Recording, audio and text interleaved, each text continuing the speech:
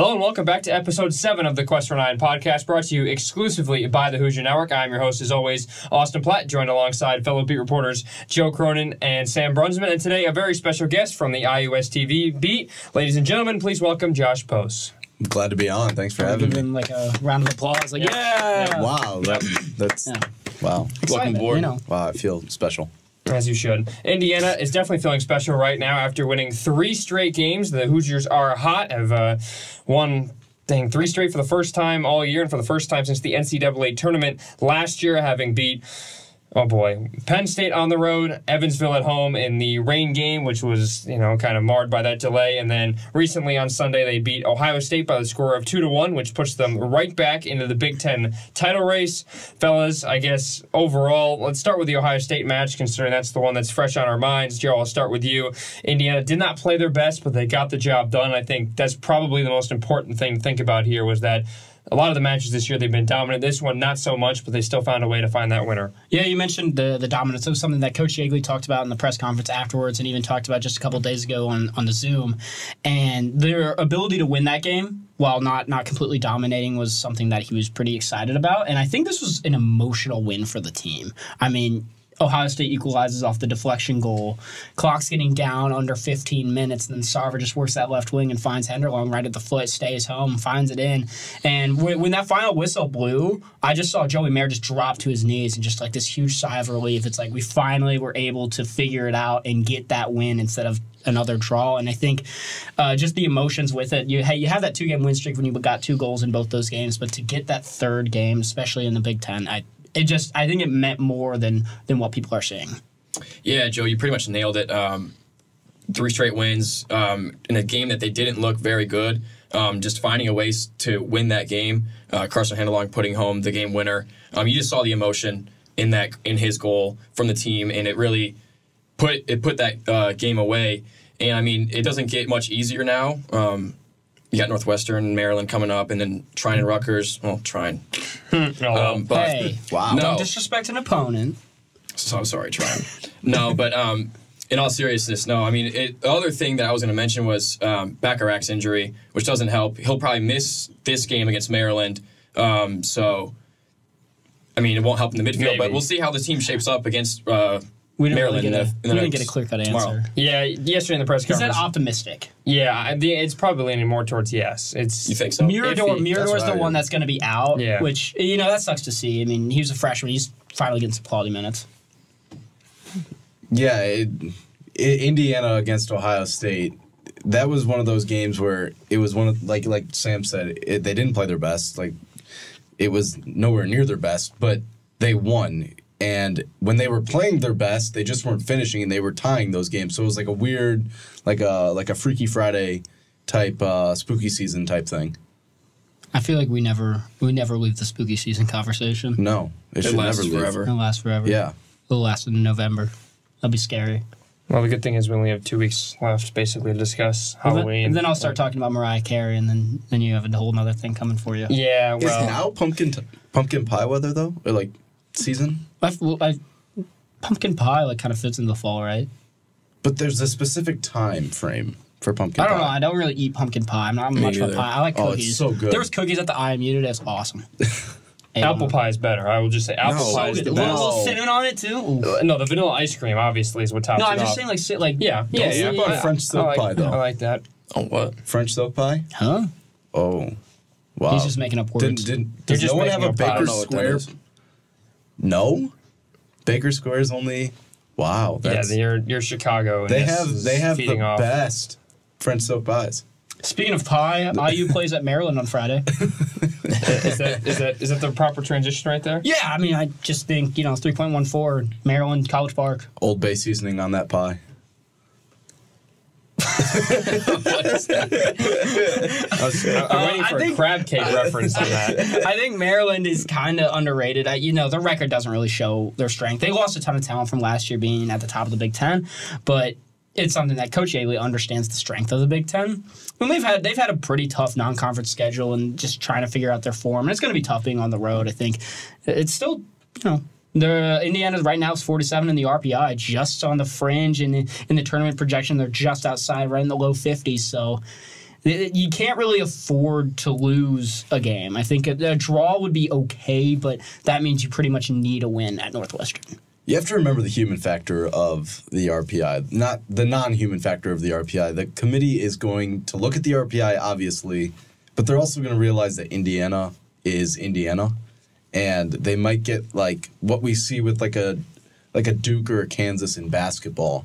They might get that, oh, it's Indiana. If they're on the fringe, we're going to put them in. So you still need to win, but at the same time, like being the historic program in the 51 years as a varsity sport, they're going to get the benefit of the doubt. Yeah, I do like looking at the tournament projection because it at least pulls in the other conference winners that might not be in that top 48 of the RPI, the ones, the Big South winner, which is projected to be High Point. Yeah, they're 101 in the current RPI, and they could potentially make the NCAA tournament. And that's what's obviously weird about the whole RPI is the fact you have to remember all the teams are going to get you automatic bids. So being at, where is Indiana's at 48 right now? I think it's 47. 47, so that's just in the field of 48, but obviously you have they're the fifth spot out in the tournament projection. Right, so they're on the outside looking in, but obviously a lot of things can change. Maryland's fighting for their season here. Now, there is a legit chance that if Ohio State wins on Friday before the teams take the field, I guess the last few minutes would be while the Indiana-Maryland match is starting, but if Indiana beats Maryland and Ohio State wins their match, then Maryland's season is over. And Indiana would literally be able to end their season because they would be out of Big Ten tournament contention as that ninth team and the odd man out. And then obviously they would not have nearly anywhere close to an RPI that's good enough and a resume that gets you in the NCAA tournament. So that's something that I think is really interesting, and the fact that we think Indiana, Maryland always playing on the final day for a spot for the Big Ten championship as it's been the last 2 seasons. Now it's kind of completely opposite, and you have Maryland fighting for their lives, which I think kind of is almost a trap because we saw Indiana earlier this year against South Florida and what we coined as a trap game, and Indiana did not play well and lost. But also to think that Indiana with a win puts them, probably in a comfortable second or third position in the Big Ten standings. The big game is going to be the Northwestern-Michigan State game. That's also on Friday. Those are the 2 top teams that are tied for first. I mean, there's a 4-way tie currently for first, but Rutgers has played 7 conference games, so I think there's a little bit of a different edge right there. But Northwestern-Michigan State, that is going to be a game to watch, especially with the way that the rest of the season is kind of panning out. Yeah, this is a big one on Friday for Indiana. I mean, Maryland hasn't lost in 3 straight games. They've tied 3 straight. They tied Michigan State, who Indiana lost to. And I feel like, as you said, Platt.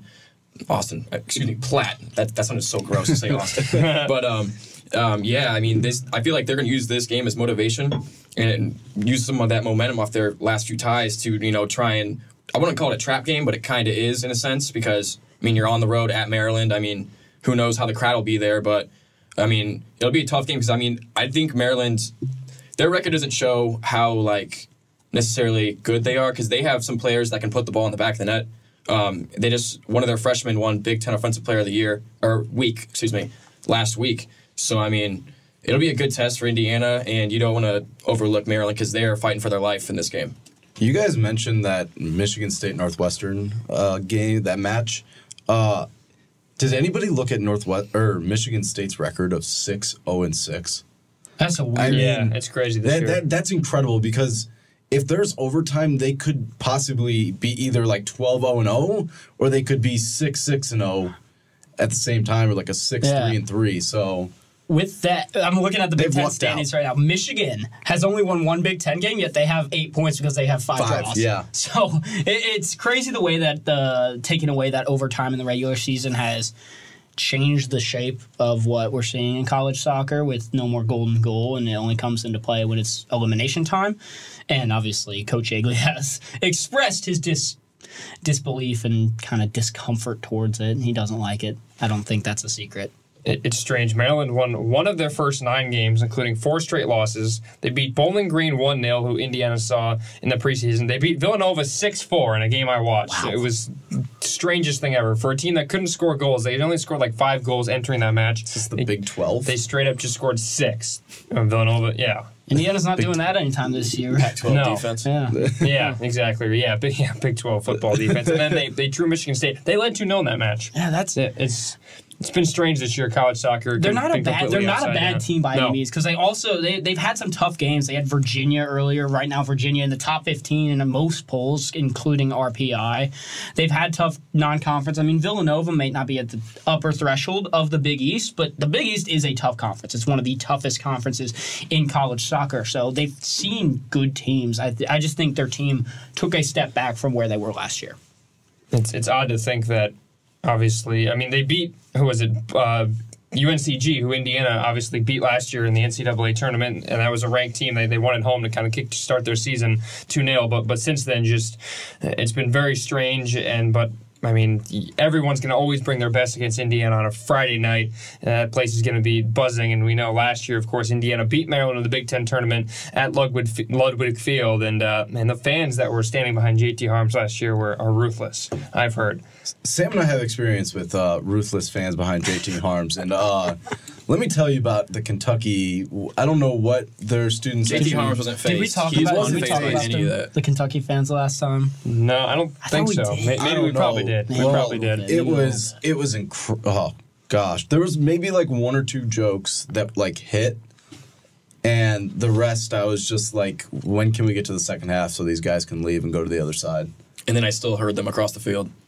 Yeah, as I stood on the opposite side of the pitch. Also, the blue smoke that like went right into my eyes. We did talk about the haze. Yeah, the haze. Yeah. Oh my gosh, I was had tears coming down my eyes. Not because it was like so cool, because it was, but like it just like went into me.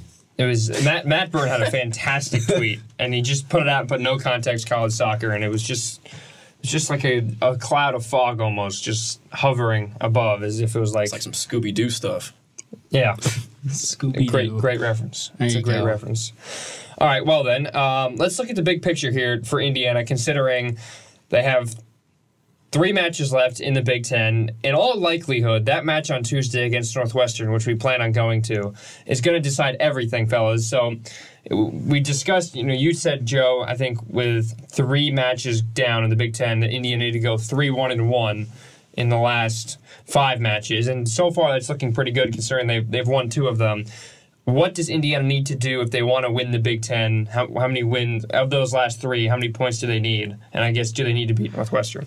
I think they don't really have much room to spare-ish. I think they can afford a draw, but only 1 draw. I don't think you can draw 2. That makes it really tough. I mean, if you have 2 draws and a win, that's 5 points, but that's 1 Northwestern win away from overtaking that point differential. So I think you need 2 wins minimum. 2 wins and a draw would be probably the most perfect scenario. You beat Maryland, beat Rutgers, and then draw Northwestern. I think you find yourself in a very good spot. If you're not number 1, you're number 2 pretty confidently. Yeah, I mean, I think, as you said, Joe, I think it's 1 draw. I mean, they're going to have to – I can see them winning 3 of these games, but they're going to be tough. I mean, with the schedule they have had all season, and now, I mean, they're in the backstretch of October, and they've been – very good in the month of October, not just this year, but also in past years. So, I mean, it'll be interesting to see because, I mean, Penn State beat Northwestern the other night. So, I mean, and Indiana beat Penn State. So we'll see. I think it'll be a pretty even match on Tuesday, not to overlook Maryland. But on the topic of Northwestern, I mean, they're going to have to at least come out of there with a draw. Yeah, in the month of October last year, I was just looking it up. I think they were 4-1-4. So decent, and they were playing some tough opponents. So it's gonna take, I think, 3 wins. It has to be 3 results, no doubt. But it has to be, like Joe said, 2-0-1. I think gives you a chance. I don't like the chances, but I really, like Sam said, I really can see this team taking the momentum from last week and just carrying it and going all the way through December. The thing about Northwestern is their non-conference schedule was not very strong. And yeah, they have a lot of wins, credit to the season that they're having. They're atop of the Big Ten, and they've figured it out at times, but they're not in great form either. I mean, they had probably one of their biggest games last week against Penn State, and they dropped it. And that was in Pennsylvania. It's a tough environment, especially going that far away from home, but Indiana's in 4. 3 straight wins. 3 straight wins with multiple goals is another huge thing. We have talked about goal scoring pretty much every single episode of this podcast. It's been brought up pretty much any time we've been able to talk to Coach Yeagley. And now, finally, it seems, Sam Sarver is kind of the front runner of creating stuff right now. I think he's solidifying himself as that guy to come into the backstretch of the season. But it's going to be tough. Northwestern's a good team, but this is an Indiana team that has figured themselves out, I think. Yeah, and it's been as you said, it's been their ability to put the ball in the back of the net, and since they've done that, they've been winning more often, and it's something that you like to see from this Hoosiers team, and it'll be something that we're gonna have to look and find out in the next week or two before a Big Ten play. Let's talk about now, obviously, Hugo Bacharach. Oh, now we finally got his name right. You saw him the other day at the bar, Sam. So now, after our interview with him Sam's last 21. week, yes, well, okay, yeah, Well, drink responsibly. yeah, exactly. Must be 21 But years older. we had a nice interview with him last week. So plug, go check that out. Obviously, his move to the midfield kind of changes the complexion of the way this Indiana team has rolled. Man, you guys over there are having some trouble. You're a little bit of dropping water bottles. I got water. Your mic is falling apart here. You're just. That's what happens on a We're rainy not day. branded, so I took off I didn't want us. I know. Brought to you by Anna Maria Island. Yeah. Anyways. What kind of Over water here. were you drinking? Clear. One that you okay. purchased. I purchased. Yeah, okay. Yes. What, spring water? 2 parts hydrogen, Sure. 1 part's oxygen. Yes, that is H2O. Yeah. Well done. Spring water is overrated. I'm finally in the every water tastes different now. I want H2O too. H2O2. That's Get it? that's a Get it? joke. Get it? Okay. Get it? Anyways. Haha. Yeah. Anyways. What were we talking about, Chemistry Hugo? jokes. Hugo Yeah, Bacharach moving to the midfield. Kind of, what do you think that does for this team? And obviously now with a back four, which is set in stone, obviously pending any more injuries. Yeah. But what do you think the midfield move does? It's kind of fun. I won't lie. You see a 6'4" guy in the midfield. That's scary for another team. I won't lie. Like, you only see 6'4" guys that are either a big striker, which not a lot of teams possess something like that, or it's a center back, which Hugo had been playing. But I think Yeagley understood the ball skills that Hugo possesses. It's something that I noticed really the first time he took the field was he can make a couple guys miss. He distributes it pretty well, and he's very physical and athletic. And I think the combination of that, and it's been Patty that's been playing the most with him. I think Jack is the one who ended up taking the butt end of the stick and went to the bench, but Hugo stepped up, and I think that is part of the reason. I mean, you see him go to the midfield and goals start to happen. And he was, a couple games ago for the Hoosiers, he was kind of a front runner, held Sam Sarver down there against Penn State and for those 2 goals. Yeah, his ability to create off the dribble has been phenomenal ever since his not just move to the midfield, but he's been doing it, as you said, Joe, all the time on defense. He creates opportunities for this Hoosiers offense. And, I mean, we'll see if he's good to go on Friday at Maryland. I mean, he wasn't at practice Wednesday morning, so we'll see how that shapes up. He's taking some time off, resting his shoulder collarbone area. But, yeah, we'll see how he fits. He's fit really well in the midfield with Patty McDonald. So, I mean, he's done a really good job, and we'll see how these next few weeks shape up. Yeah, it should be interesting. I said this way back. I think it was after the Washington or Seton Hall game we were doing toss-up with you, Joe. Oh. Yeah, that he takes too many touches and doesn't know how to release. He's gotten better at it, but there are still many times where he will just take 1 too many touches or 2 too many touches, or the last touch will be heavy. So I still want to see him kind of distribute the ball outside when he goes on those runs, distribute it outside and try to go into the box, try to get a header. Yeah, something I noticed with Collins, especially those first couple games. I mean, he's been a little more quiet this season. It was someone, after those first 4 games, Platt, sorry, not to get the weird Austin name in there, Platt said that this is the front runner for Big Ten Freshman of the Year, and I don't think that's the case anymore. I think, obviously, that's a different discussion, but with Hugo, it was something, once again, that Yeagley mentioned is, he's not totally used to the difference in play when he's in the Northeast Conference with Farley Dickinson for 3 seasons and then heads over to the Big Ten, a much more physical, competitive conference. And I think some of that is brought to light. He can't just run up and down the field like free will. And something that I was surprised about, Adura was ranked 13th. I'm not surprised about that. Obviously, you talked about how he had a very strong start, kind of just decline. He's played into decline, but he hasn't got on the stat sheet, I'm guessing, or I'm saying. But A name I was surprised to not see on that list, the freshman list, was Alex Barger. Yeah. Very surprised because he's been phenomenal this year at left back. And it was great. It was surprising to see that he wasn't on that list, being the player that he has this season. He's the only one on the back line that's played every game. Like, started every game. Joey has played every game. That was such a weird thing when Joey didn't start against Kentucky. Was that Kentucky? Yeah. Was it? Yeah. And then he randomly showed up, and I was like, hey, it's Joey. In, and, like, Kentucky scores, and then Joey's in, and then Kentucky doesn't. I don't know. No, Kentucky scored with Joey. I thought it was before. No, because the penalty was before. No, the penalty. No, they didn't score on a penalty. I forget which one is which, but they had a penalty. I think he was not on for that. Did he get subbed in after the penalty? I think so.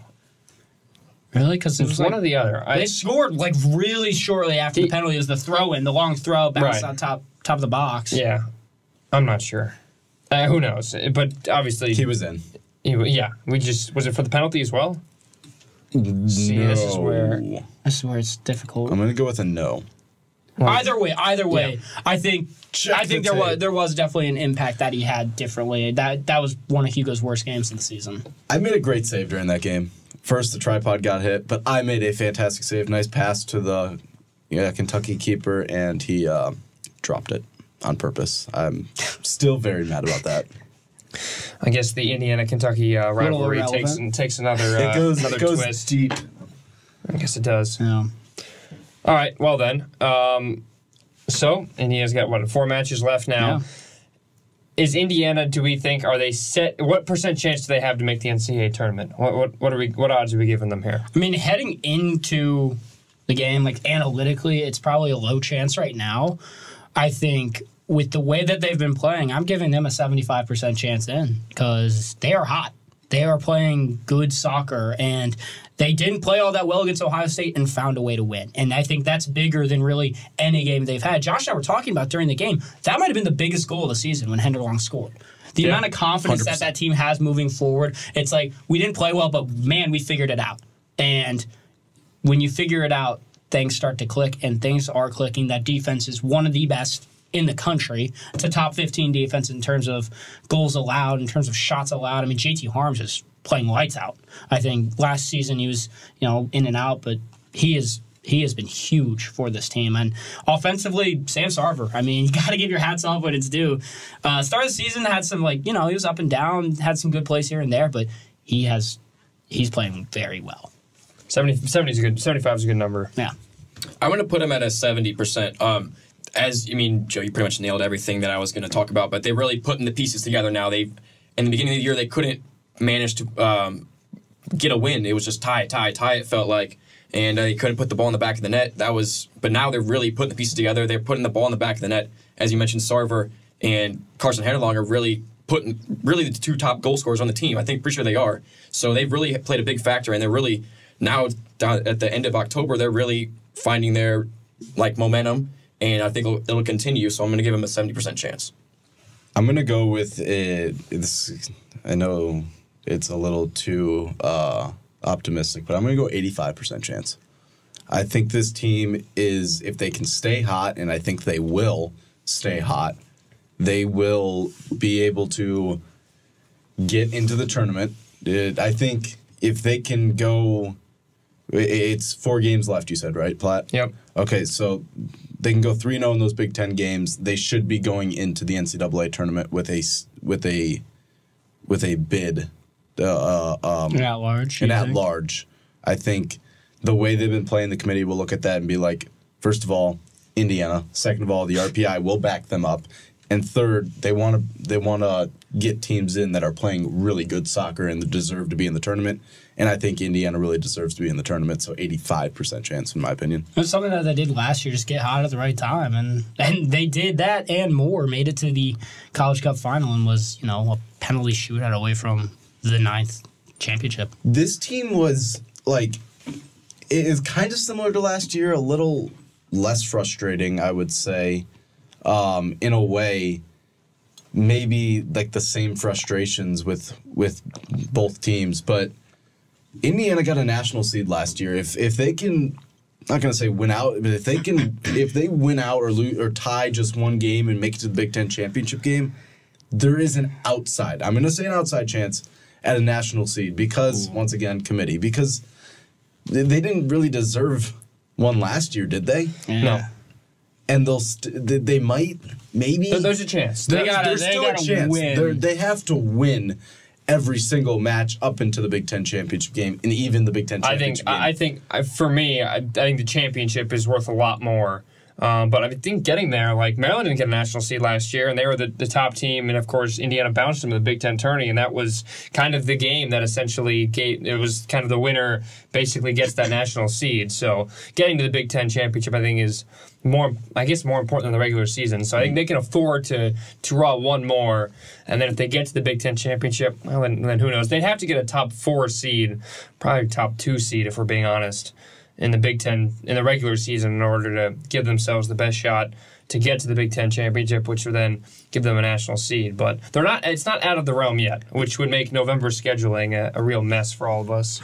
I think they could beat any team in the Big Ten and in most teams in the country. The way they've been playing these last about 10 days or so, they're a really good squad this year. I just seen West Virginia smoke Marshall. Well, I said most. The Sun Belt Conference is crazy. I They have said 3 most. top 5 teams in the RPI. It's the Fun Belt, man. The Fun Belt. It Fun will Belt, never Sun not Belt. be called the Fun Belt. Also, They play on Tuesday in football. That's sick. Indiana might have one of the best draws of the season in the season opener. Notre Dame. Yeah. Notre Dame has been elite this season. I mean, imagine a tournament rematch of that I wouldn't mind. with everything. It'd be a short ride. It wouldn't be UNC Greensboro. That's true. I think I'd like to ride shotgun in your car on a long drive, though, Platt. You haven't done that yet? Well, No. yeah, when we went to Kentucky, we were all packed into The Jeep. into cruises With in the Mr. cruises Martin car. voice. Yeah, that was. Can I make a suggestion No. for Tuesday's trip to Northwestern, my homecoming again? Yeah, Home. coming Oh, home. Yeah, I'm going home. Can you Kanye elaborate on that? Baby, we can start. Kanye West. Yeah. Oh, okay. Yeah, I didn't know. I heard like the 3, but can I not drive? I don't want to drive. Okay. Buns? I wouldn't want to drive in his car either. I mean, there's water bottles all over the place in that Oh, car. my car. so, Yeah, my car is an absolute joke. Yeah. I mean, it runs like gold. Farway kinda. Dickinson is projected It's to win the fairly, Northeast. man. Yeah. It's fairly. You said it wrong, but Yeah. That'd be so cool. I mean, to be mean- fair, I've been saying Hugo's name wrong the entire year. So at this point, it's hard to pronounce what are Fairleigh we- Dickinson wrong Fairleigh? because it's Is it Farley? it's fairly. Fairly. Like It holds a place in my F-A-I-R-L-Y. from March. Yeah. Only It relevant holds- because of Tobin Anderson. Yeah, and Okay. it holds a nice place in my heart. Like same with like St. Peter's because they beat Kentucky and Purdue last year. We are unbiased journalists. Anyways. Always. Most important thing. Why are we talking about driving? Because we're going to Northwestern on Tuesday. We That are. match should We should decide the fly. Big Ten. Fly into the Yeah, Chicago let's- airport? Are What we you- what are we you talking eating about? pizza? Into the O'Hare Can we have airport. pizza? I don't know. It's Thursday. I want we do. Chicago pizza. I have to, yeah. We'll have to make sure we can go to Northwestern. I My think that's mom's right. gonna now. bake. Who knows? What did she bake for us last year when the 3 of us went to Northwestern for the football She game? baked like Cookies. everything. Yeah, cookies. They were fire, Oh. too. They were Yeah. so good. I'll They were tell her to smacking. make some. She's making snickerdoodles this weekend. She's coming down for my dad and her coming down for this weekend. So snickerdoodles and yeah. Cool. All right. Anyways. It's prediction time, as always, on the pod. I think we've gotten to basically everything we've wanted to. I know we always kind of talk about the last game briefly and then just go on, well, A, tangents, and B, kind of just trends we're seeing with this team. But if you've been following along, obviously, you know that Indiana is in the right spot now and exactly where they needed to be. What do we think? Maryland, Friday night, 8:30. See, the match said 7 o'clock on the website for the longest time. And then earlier this week, I looked on the Big Ten Network site and their TV schedule. It said 8:30. I was like, okay. So Oh, well. right in the middle of Hoosier hysteria. So I'm sorry, Gucci Womp Mane. womp. So I will not be watching Gucci Mane, unfortunately. But our predictions What? for that Why match not? against It's Maryland. 2006 though. Is it though? That's a NBA YoungBoy song. All right. Who wants to start? Predictions for Maryland. Brunsman, go. I'll start off. I'm going to say at Maryland, I think the Hoosiers win 2-0. Wow. And my reasoning, I think Indiana, they played really good in this month, and they've 3-game win streak. I think they're going to continue that momentum. And I think, Maryland's led by 2 great freshmen that can put the ball in the back of the net. And I feel like Indiana's defense can contain them in a way. And I think the way that Indiana's offense has been going about their business with Sarver and Hinderlong and whoever else is up there, I feel like their midfield's been playing very well too. McDonald, Wagner coming in for Bacharach in the Ohio State game. I feel like they've really found their way to win these games, and I feel like they're going to win 2-0. Cool. That's my prediction. 2-0 win for Indiana. Who's next? I got it. That was so mean, the way you just said cool and moved on from that. That was really inspirational, Sam. You know that? Sorry, Sam. Cool. Wait, what do you mean? He was just cool. Anybody else want to talk? That was mean. No, that was comedy. We're giving our What? It's comedic, as it always is. predictions. Right. Maryland allows goals, almost 1.5 per game. IU doesn't allow goals. They have been giving up around 0.6 per game. One of the best in the nation. Indiana has not scored 3 goals in a game this season. For the first time all year, they will score 3. 3-0. Win. Whoa. Oh. Yeah. They figured it out. Wow. Offensive Wow. zones. I thought 2-0 was off. I could eat my words. It's okay. But You might have to. I'll puff up my chest and say it. All right. I have a 1-0 win for Indiana. When these two teams play each other, it's always a brawl in metaphorical and literal terms. I mean, it's not for the stakes that we're used to, like you said earlier. It's usually like a Sunday afternoon, the end of the season, but Maryland's playing for their lives, their tournament lives, their season, and since they joined, correct me if I'm wrong, 2014 is when Maryland Rutgers joined. They've been playing Indiana so tight. I mean, it's the best thing for Indiana that they came into the Big Ten because it's more competition for them. And it's better that the Big Ten is getting better in soccer. It's obviously not the Sun Belt, but it's good that Indiana is playing better competition in conference play because it used to be playing not so great teams, and then you get to the tournament.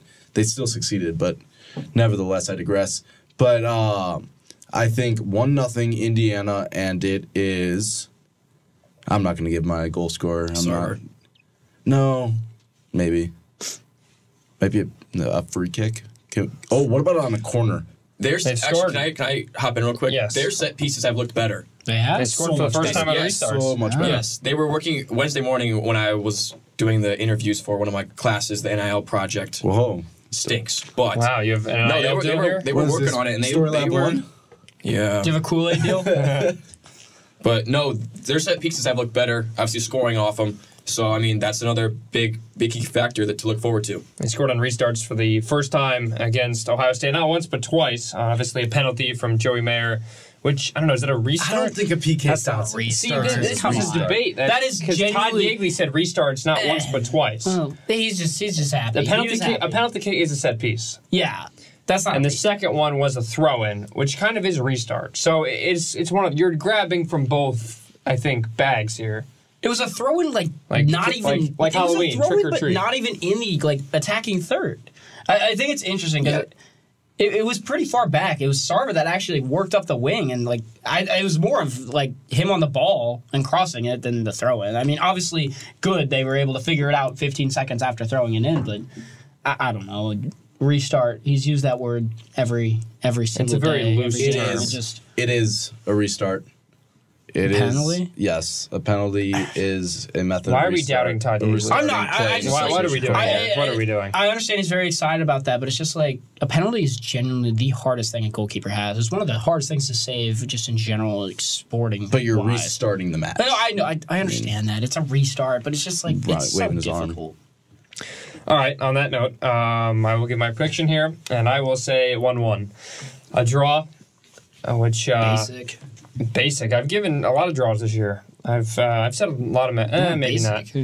For a team that's drawn, But 4 times? I will say, the last time Indiana played a team as desperate as Maryland was South Florida, and they played horribly. They lost 2-0, and we're never in it. And, that was that match. So Maryland's fighting for their lives. They're not going to lose at home to Indiana. They will not allow that to happen for the second straight year. And they will, basically this is their season's on the line. They cannot lose this match. I think they have to win it if they want a chance, because Ohio State has a few matches left, has 2 matches left as well in the Big Ten. So they will not lose it, and I say they will go ahead 1-0, and Indiana will equalize. I thought about saying 2-1, same as the Michigan State match, and kind of the same story there, but I don't think Maryland has enough, and I think Indiana has too much confidence to lose. So, boring. I'll go 1-1. I was just thinking about that Michigan State match earlier today. I don't know why, but that was because you're like a semi-Spartan fan now? Yeah, no, I was there. Go green, go white, can't read, can't write. That's Kent State. I've never heard of that before. No, it's can't read, can't write, Kent State. What?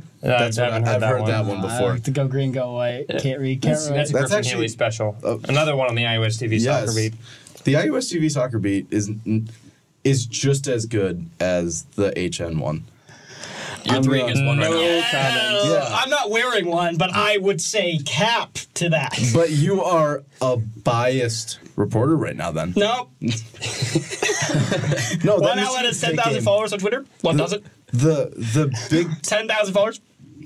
The Michigan State game was frustrating because that should have been a result. It should have been a draw for Indiana. Just that they were so shorthanded in that game. Thinking about how far they've come from that Michigan State game, where it was like, is Jensen playing? No, he's hurt. Hugo's going to be playing in center back, and then I think it was the first game without BB.